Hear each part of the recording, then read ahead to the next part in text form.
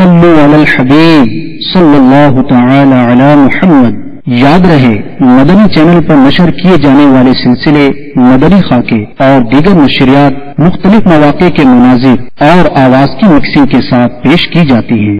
صلو علی الحبیب صلی اللہ تعالی علی محمد۔ نیت المؤمن خیر من عملہ، مسلمان کی نیت اس کے عمل سے بہتر ہے۔ اللہ عز و جل کی رضا پانے اور ثواب کمانے کی غرض سے سلسلہ دیکھنے سے پہلے اچھی اچھی نیتیں فرما لیجئے۔ اللہ کی رضا کی خاطر علم دین حاصل کروں گا، سیکھ کر دوسروں تک نیکی کی دعوت پہنچاؤں گا،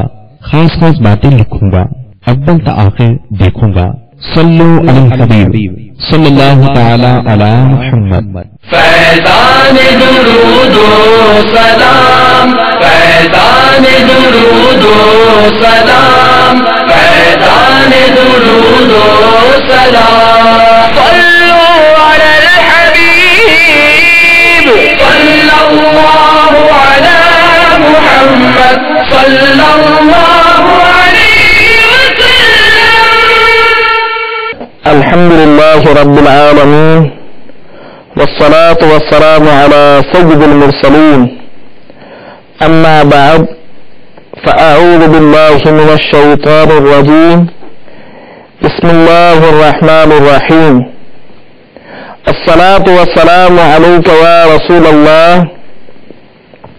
وعلى آلك وأصحابك وحبيب الله، الصلاة والسلام عليك يا نبي الله وعلى آلك وأصحابك ونور الله۔ شہنشاہ مدینہ،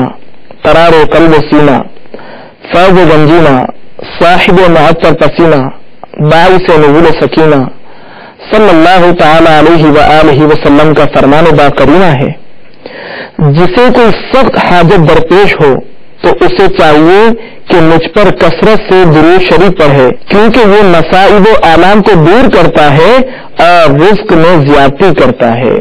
صلو علی الحبیب صلی اللہ تعالی علی محمد۔ میرے مدنی چینل کے ناظرین، جب بھی نبی رحمت، شفیع امت، مالک کوثر و جنت، محبوب رب العزت صلی اللہ تعالی علیہ وآلہ وسلم کی ذات بابرکت پر درود پاک پڑھیں تو اس نیت سے نہ پڑھیں کہ میری یہ مشکل حل ہو جائے، مجھے اس پریشانی سے نجات مل جائے یا مجھے یہ فائدہ حاصل ہو، بلکہ آداب درود کو ملحوظ خاطر رکھتے ہوئے گنبد خضرا کا تصور باندھ کر نہایت ذوق و شوق کے ساتھ پڑھنا چاہیے۔ اگر بالفرض کوئی مشکل ہے تو بھی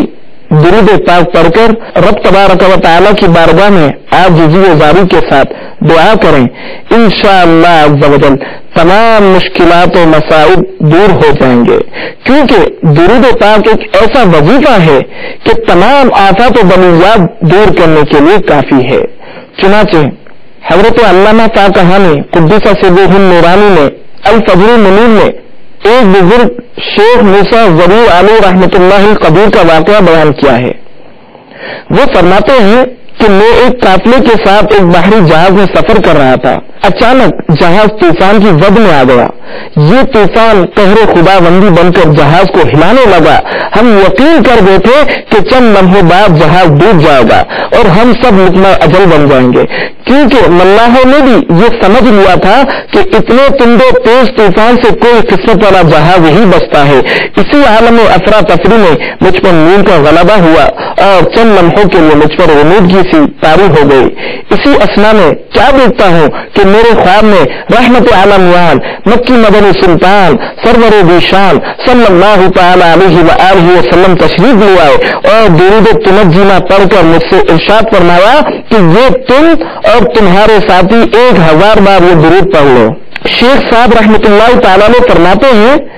جب میں بیدار ہوا تو میں نے اپنے تمام دوستوں کو جمع کیا اور ہم نے وضو کر کے اس درود پاک کا ورد شروع کر دیا۔ ابھی ہم نے 300 بار ہی یہ درود پاک پڑھا تھا کہ طوفان کا زور کم ہونے لگا اور آہستہ آہستہ طوفان رک گیا، سمندر کی سطح پرامن ہو گئی اور اس درود پاک کی برکت سے تمام جہاز والوں کو نجات مل گئی۔